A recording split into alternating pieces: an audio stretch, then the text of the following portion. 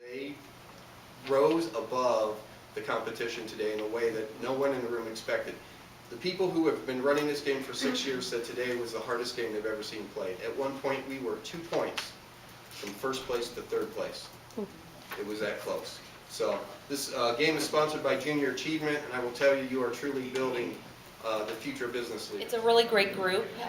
They can do all sorts of different types of competitions, anything, from leadership skills to, working in an office, any type of skills. Sophomore group is very motivated, very wanting to try and better themselves all the time, and it really is nice because they give me a reason to keep coming to school and keep working and keep doing what I do, because it's just they are so interested in everything around the whole competition, but also around even learning more that they can better themselves.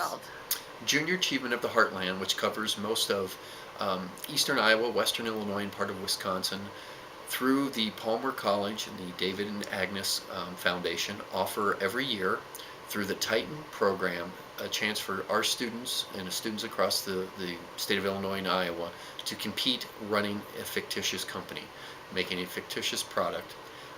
We won in Dubuque, which is a regional competition, and once you win at the regional level, you move on to what they call the scholarship round, which was held in the Quad Cities. It's a competition of basically 64 teams made up of 4 people, 4 students each. So to win that competition, the odds are drastically high that you're going to be basically eliminated at the regional level.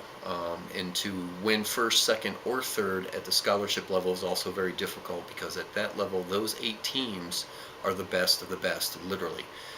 Because the schools are not divided by size or course offerings, you are competing, in our case, a very small school up against schools 3 to 4 times our size, which offer a full gamut of business classes.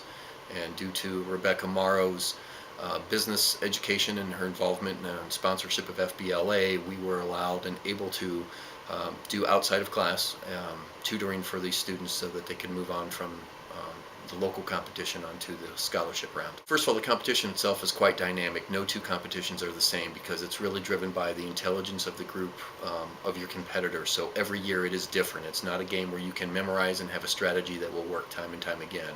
The strategy has to be able to be flexible, blend, and change, basically change on the fly. As far as the bigger picture of what it's doing for these students, it gives them a real-world opportunity to see how a real company would work in real time. We actually speed up the real time to get through the competition. All of these students, all 4 of them, now have the capability. They understand profit and loss statements, balance sheet entries, depreciation, marketing, R&D, simple price, supply and demand, all of which what they've basically done in the course of this competition is probably completed almost the first semester of college level micro and macroeconomics. Our 4 are very competent at doing quick mathematical analysis of their competitors. One way, just like in the real world, to beat your competition is you have to know what they're doing behind the scenes. One way that our 4 students learned how to do that was to every quarter they're meticulously taking notes on very little minor changes that we see our competitors doing, and from that they can extrapolate some of the internal workings of the competition's company, things that we don't get to see on the screens at an industry level. And thankfully all of them are very accurate and very diligent in how they did that. So we were able to make very minor changes in the last part of our competition, which allowed us to stay in first place. And we typically run 20 to 25 quarters depending on the length of the game. So start at 9 o'clock in the morning, and the regional competition will go till about 2 o'clock in the afternoon. The scholarship round started around 9:15 and went to about 11:40. Our 4 were all sophomores, which is very unusual, and last year they won as freshmen in the regional to go on to the scholarship round. The other teams that we were competing against this year, most, if not all, were upperclassmen. As a matter of fact, the team that came in second were all seniors, and all of which had a econ background and accounting background. And one of the other teams that we were competing against, we later found out, were a lot of physics students, very science-driven, very mathematical-driven students. My role is not to give them specific information as to techniques or strategy of how to win the game.